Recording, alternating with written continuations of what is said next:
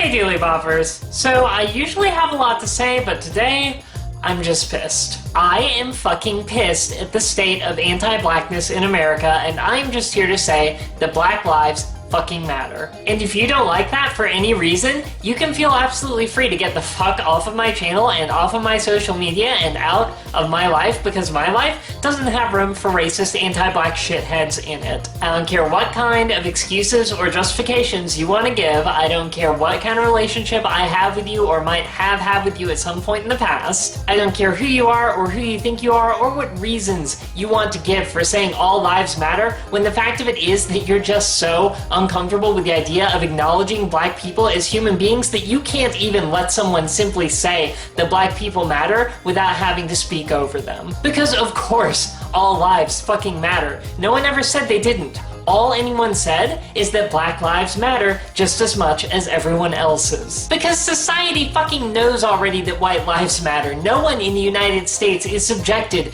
to institutionalized violence or discrimination for being white. And yes, other non-black people of color do face racism as well. But the current state of racism in the United States is nowhere near the level for non-black people of color as it is for black people. And furthermore, I have never, not once, heard a single Black Lives Matter activist belittle or co-opt or speak over the issues other non-black people of color face on account of their race. Quite the contrary, when I last marched with the local Black Lives Matter movement, I heard the black activists speak about the struggle of black people, specifically including trans black people, along with the struggles of Native people and Latinx people and Asian people and Middle Eastern people. Because yes, racism does impact all people of color, and yes, all human lives matter, but right now we are focusing on the black ones because those are the lives that our white supremacist society is most vehemently against. Black lives are being ended with impunity by white police who see fit to act as judge, jury, and executioner.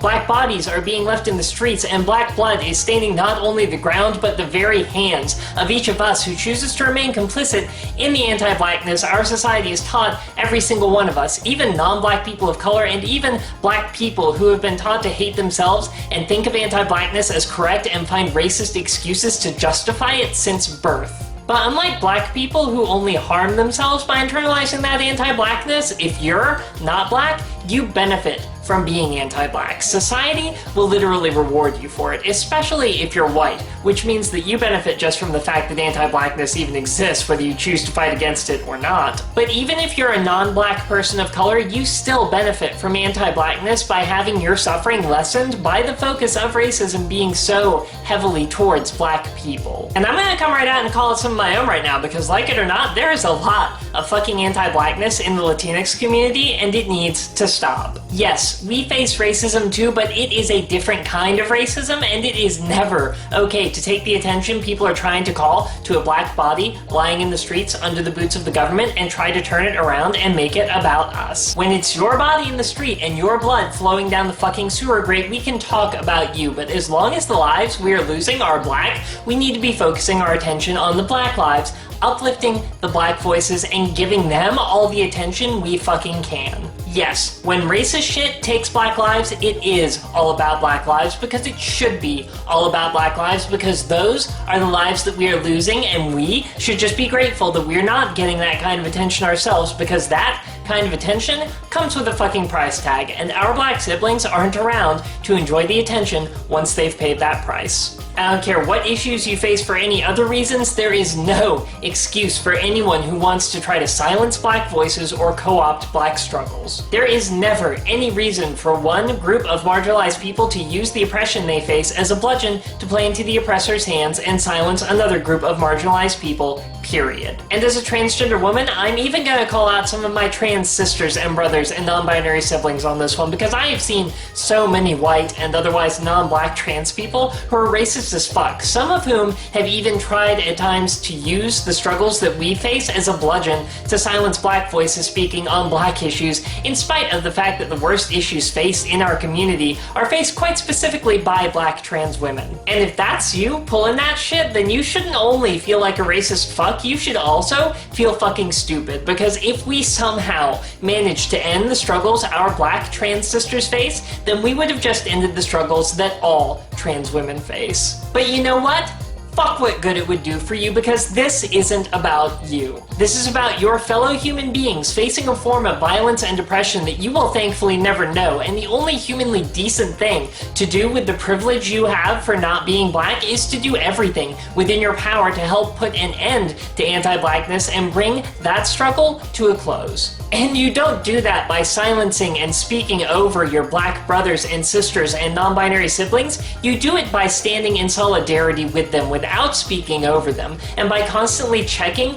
your own privilege so that you can challenge the anti-blackness society taught you that you will never truly be able to completely rid yourself of, and so that you can ask yourself what more you can do to end racism instead of asking what more black people want. You do it by saying sorry, because we have all contributed to the anti-blackness that still runs rampant to this day in our nation. You do it by using your privilege to uplift their marginalized voices by letting them speak and air their grievances against an anti-black society. And that is what I'm challenging you, especially all of my fellow non-black YouTubers, to do, because we have privilege and we have a platform, and if we really do support this struggle, then we owe it to our black brothers and sisters and non-binary siblings to turn that platform over to them, even for just one day, to let them say what they have to say about the state of anti-blackness in this country, and to simply stand in silent solidarity with them and let that action amplify their voices instead of speaking over them or for them, or even worse, remaining silent. Stop talking about how you don't hate black people and show and prove that you love them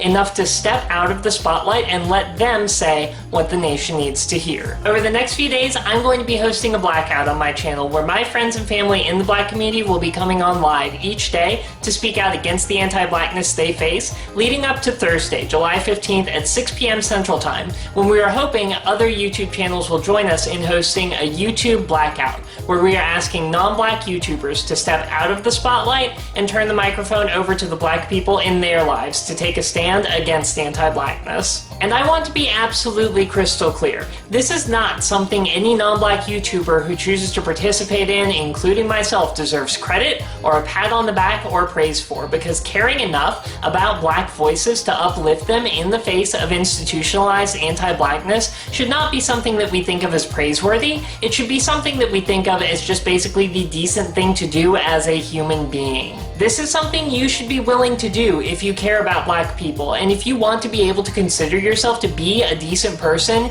you really need to care about black people. And on that note, before I go today, I want to take a moment to thank my friend and local black activist Haley Morissette, who will be speaking with us live tonight at 7 p.m. Central Time, for providing our hashtag YouTube Blackout, and ask my followers to spread her hashtag like wildfire to get other channels involved. And I want to personally say that I am sorry for all of the times that I have been complicit in anti-blackness, and I hope that with this project we can all begin working to do everything we can to make black voices heard and let the world know that we won't stand for its racist bullshit anymore, because black lives fucking matter. As always, thank you so very much for watching, and until next time, be yourself.